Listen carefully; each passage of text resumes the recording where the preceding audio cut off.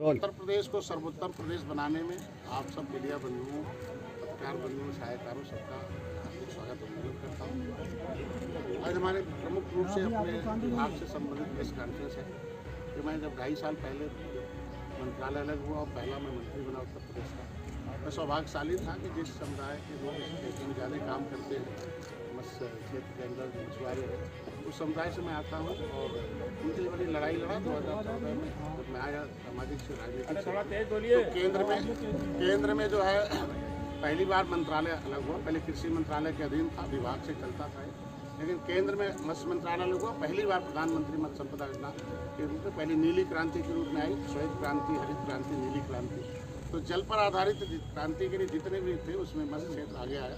फिर बाद में प्रधानमंत्री मत्स्य संपदा योजना के रूप में इसे विकसित किया गया। उत्तर प्रदेश में भी पहला मंत्रालय बना जब से मैं संघर्ष कर रहा। उसके बाद लोकतंत्र में 70 साल बाद और मंत्री पहला बनने का अवसर मिला। तो पहले उत्तर प्रदेश में ट्रेडिशनल सिस्टम से मत्स्य का उत्पादन होता था और पोखरे पर आधारित थे। एक परंपरा लोगों की थी, मछली पालन अगर करना है तो नेट पर लोग सोचते तो थे, कहीं सुन लिया कि नहीं, हर क्षेत्र में जितने भी अब तक के व्यवसाय हैं, सब व्यवसायों के जो प्रगति है, जो उसका ग्रोथ रेट है, इनकम रेट है, वो 5 से 7% है।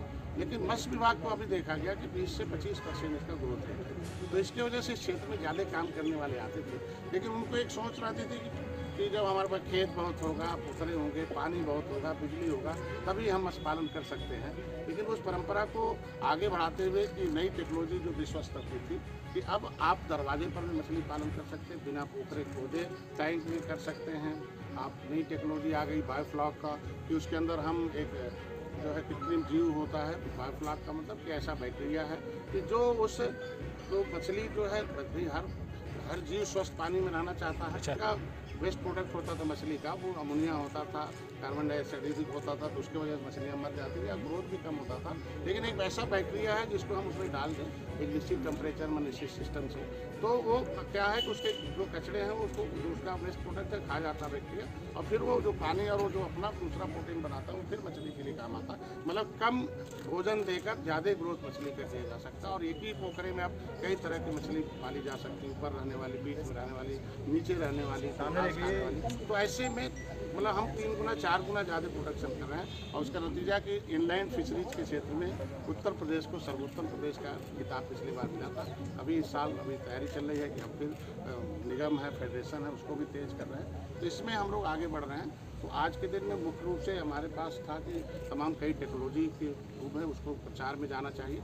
जैसे बायोफ्लॉक है हमारे यहाँ, और मेरे वहाँ जो है किसी ताकि इसमें फीड मिल लगा सकते हैं।